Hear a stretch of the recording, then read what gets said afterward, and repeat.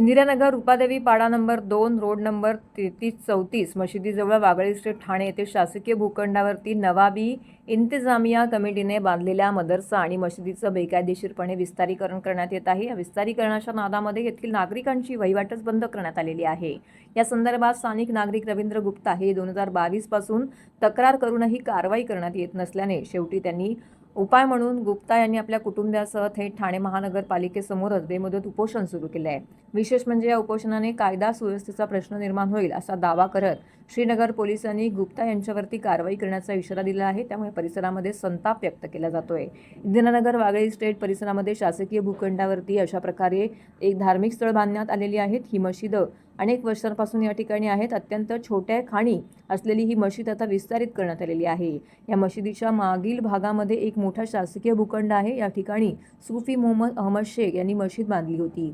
सूफी मोहम्मद अहमद शेख हे आता हयात असताना त्यांच्या सहाय्याने स्थानिक नागरिकांनी एक सामायिक पाण्याची टाकी उभारली होती। ती टाकी उभारताना रवींद्र गुप्ता यांच्या घराच्या भिंतीपासून 10 फूट जागा सूफी मोहम्मद अहमद शेख यांनी सोडली होती। या पाण्याच्या टाकीतून गुप्ता इतर रहिवासी सदर मशिदीला पाण्याचा पुरवठा करण्यात येत होता।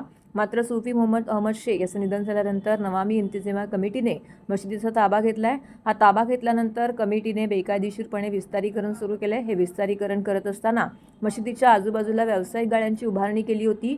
तर आता या नवाबी इंतजामिया कमिटीने रहिवाशांच्या भिंतीचा वापर करून बेकायदेशीरपणे बांधकाम सुरू केले। त्यामुळे रहिवाशांची वहिवाटच बंद झालेली आहे। त्यामुळे रवींद्र गुप्ता यांनी ठाणे महानगरपालिका आणि पोलिसांकडे तक्रार देखील केली होती। मात्र वारंवार तक्रार करूनही कोणत्याही प्रकारची कारवाई केली जात नसल्याने आज त्यांनी ठाणे महानगरपालिका मुख्यालयासमोर उपोषण सुरू केले। रवींद्र गुप्ता, इंदिरानगर रूपादेवी पाड़ा नंबर 2 वागले स्टेट ठाणे 4।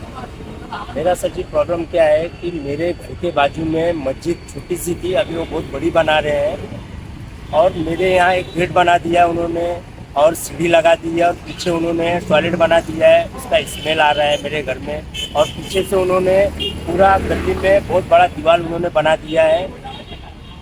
तो ये सब चीज़ की वजह से हमें प्रॉब्लम हो रही है कि ये हमारी भी ज़मीन उनकी ना हो जाए, ऐसा उनका मांग हो जाए। बस ये चीज़ की प्रॉब्लम है। तो जैसे पहले थी वैसे वो कर दे, वो चीज़ हमारी मांग है। सर जी, मैं 2022 में भी टीएमसी में लेटर दिया हूँ, 2025 में भी दिया और 2026 में भी अभी दे के 2 तारीख से अभी मैंने 16 तारीख का उपोषण के लिए बैठने के लिए किया था।